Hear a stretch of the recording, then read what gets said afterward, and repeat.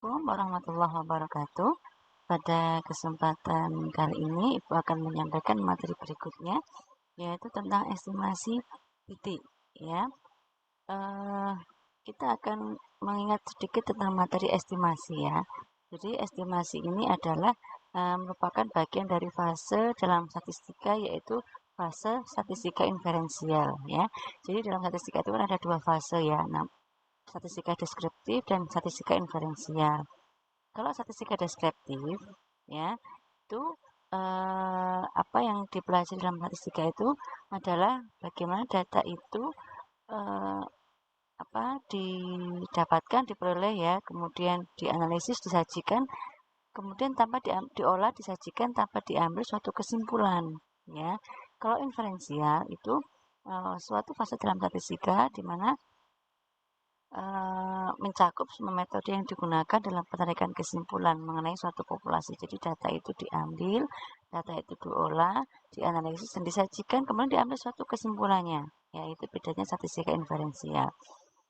Kalau statistika deskriptif itu contohnya materinya adalah dulu kita pernah belajar mencari min, median gitu ya, modus, ya menyajikan data ya. Itu adalah contoh ya dari statistika deskriptif. Nah, di sini di statistika inferensial ini nanti ada dua bagian yang dibahas ya, yaitu estimasi dan uji hipotesis ya. Nah, estimasi sendiri itu adalah ada dua juga ya, estimasi titik dan estimasi interval. Nah, sebenarnya estimasi itu apa sih gitu ya? Nah, di sini statistika inferensial atau disebut sebagai statistika induktif ya. Induktif itu berarti kita dari hal-hal yang khusus menuju hal-hal yang umum seperti itu ya. Jadi ada kasus-kasus yang kecil, kemudian kita di akhir nanti mengambil suatu kesimpulan yang kemudian berlaku untuk umum gitu. Kalau deduktif kan dari hal-hal yang umum kemudian menuju hal-hal yang khusus ya. Kalau ini dari hal khusus, kasus-kasus kecil, kemudian disimpulkan dan itu berlaku umum atau berlaku secara general. Nah, teori inferensi statistik didefinisikan sebagai suatu metode untuk melakukan inferensi atau generalisasi. Nah, di sini ya, generalisasi artinya mengumumkan, bukan mengumumkannya, tapi membuat menjadi umum ya tentang suatu populasi. Ya, maksudnya adalah begini. Kalau dalam statistika inferensi itu kita nanti mengambil suatu kasus ya, suatu kasus untuk kita teliti. Kemudian dalam penelitian itu kan kita mengambil sampel ya. Nah, dari sampel-sampel itu nanti akan ada suatu kesimpulan. Nah, kesimpulan dalam sampel itu kita bisa mengeneralisasi atau bisa membawa secara umum ya yang berlaku kepada tidak hanya sampel tapi juga dari populasi dari sampel tadi. Ya, namanya mengeneralisasi. Ada dua macam inferensi statistik ya. Ada estimasi tadi ya dan ada uji hipotesis ya. Estimasi atau disebut dengan pendugaan ya, pendugaan atau perkiraan, mengira ya, estimasi anggaran misalnya ya, kalau dalam sebuah proposal misalnya proposal kegiatan gitu ya, ada estimasi anggaran, namanya pendugaan, perkiraan gitu, seperti itu. Nah, pendugaan apa yang diduga, apa yang diperkirakan? Yang diperkirakan adalah karakteristik populasinya ya, karakteristik populasinya atau yang disebut sebagai parameter ya. Jadi parameternya adalah karakteristik dari populasi melalui karakteristik sampel ya. Karakteristik sampel ini namanya adalah statistik ya. Jadi kita menduga parameter dengan berdasarkan statistik gitu. Kita menduga karakteristik populasi melalui karakteristik sampel seperti itu. Kemudian yang kedua dari bagian dari inferensi statistik adalah ada uji hipotesis. Di sini pengujian karakteristik populasi yaitu parameter terhadap nilai tertentu untuk perbandingan nilai tertentu melalui karakteristik sampel. Jadi kalau di sini uji hipotesis itu nanti kita menguji melalui perbandingan ya. Nah, barangkali sekarang kalian sedang belajar tentang DAE ya. Nah, DAE sudah ada uji hipotesis ya. Nah, itu uji hipotesis itu adalah menguji suatu pernyataan yang masih sementara gitu ya. untuk nanti diambil suatu kesimpulan itu kan. Kesimpulan itu nanti berlaku untuk populasinya ya. Yang kita teliti, yang diuji itu biasanya adalah suatu sampelnya. Nah, seperti itu ya. Di sini ini adalah ringkasan dari modul yang sudah saya share ya tentang statistik dan estimator. Nah, di sini suatu sampel disebut sampel random jika pengamatan dilakukan secara bebas satu sama lain secara random. Ya.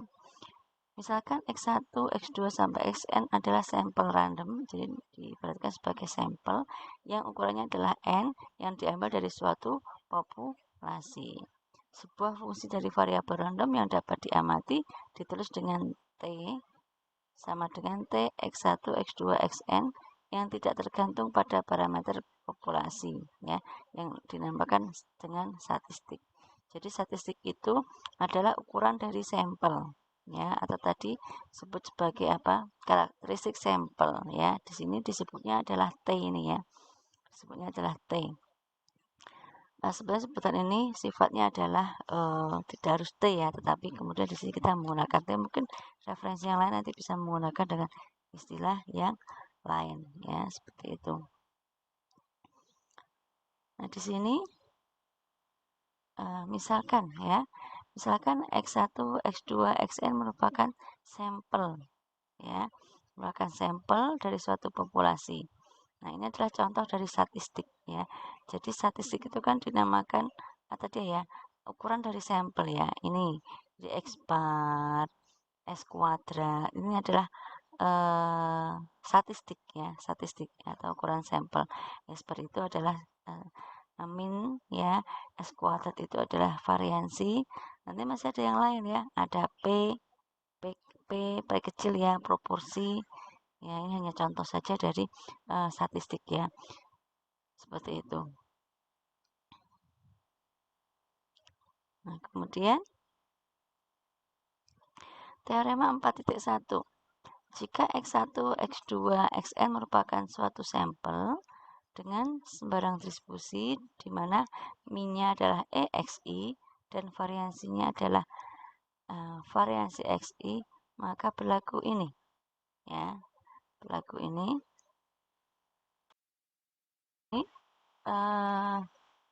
ada satu teorema ini yang nanti kita akan buktikan ya. Nanti kita membuktikannya menggunakan definisi yang sudah ada ini, seperti itu ya. Di sini teorema yang pertama adalah bahwa EX bar itu sama dengan mu. Nah, kita membuktikan bahwa ekspektasi dari X bar ya, ekspektasi dari X bar itu adalah rata-rata dari sampel itu sama dengan rata-rata dari populasi. Mu itu rata-rata dari populasi ya.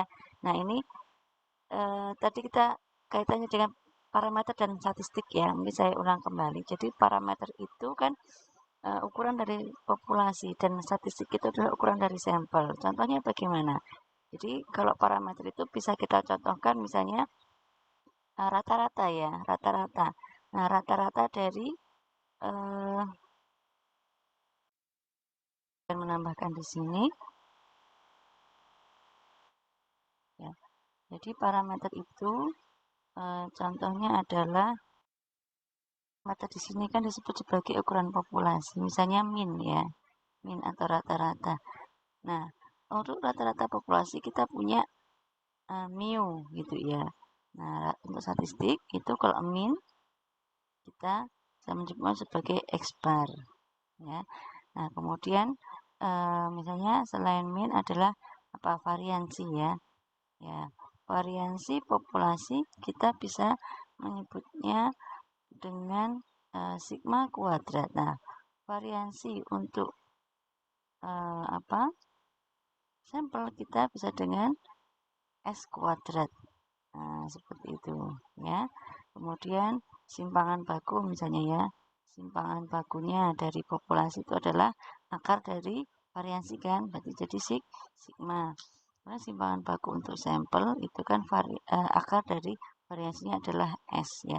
Jadi ini ukuran populasi inilah yang namanya parameter ya. Parameter ya. Ini adalah yang disebut dengan statistik ya, atau ukuran dari sampel ya. Jadi nanti sini kita akan membuktikan ini tadi ya, bahwa ekspektasi dari X bar ya, ekspektasi dari rata-rata sampel ini ya, itu sama dengan mu ya, sama dengan mu-nya. Jadi tadi kita membahas tentang estimator ya. Jadi estimator itu adalah yang menduga ya. Jadi statistik itu bisa juga disebut sebagai estimator atau yang menduga ya. Yang diduga apa? Yang diduga adalah parameter atau ukuran-ukuran dari populasi ya. Kita menduga ukuran populasi dengan menggunakan ukuran-ukuran sampel ya. Dengan kita menduga parameter dengan statistik ya. Jadi statistik ini berfungsi sebagai estimator atau penduga semacam itu. Ya, kita kembali ke sini bahwa X bar sama dengan mu ya, nanti kita akan buktikan. Kemudian akan kita buktikan juga bahwa variansi dari X bar ya, itu adalah sigma kuadrat dibagi N. Seperti itu. Yang ketiga adalah ekspektasi dari S kuadrat. S kuadrat itu adalah apa? Variansi dari sampel itu sama dengan sigma kuadrat, sama dengan variansi dari populasi ya. Nah, sekarang kita akan coba buktikan teorema yang pertama dulu ya. Akan buktikan teorema yang pertama.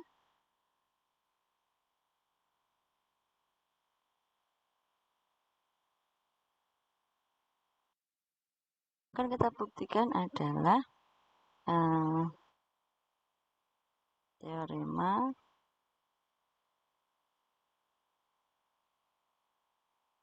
bahwa yang pertama bahwa X bar itu sama dengan mu, seperti itu ya. Jadi kita sudah diketahui sebelumnya bahwa EXI itu adalah mu ya untuk setiap I. Kemudian var XI itu adalah sigma kuadrat untuk setiap I gitu ya. Nah, nanti X kuadrat sama dengan mu. Nah, coba kita buktikan.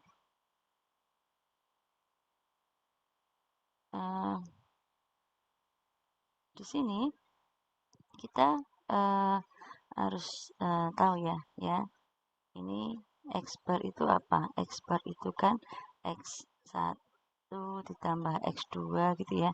Tambah X3 sampai Xn ya, dibagi dengan N ya. Ya, ini ada yang keliru sini. X bar itu sama dengan ini ya, atau ini kalau dinyatakan dalam notasi sigma seperti apa ya. Ini adalah sigma XI gitu ya, I-nya 1 sampai N gitu kan. I-nya 1 sampai N dibagi dengan N.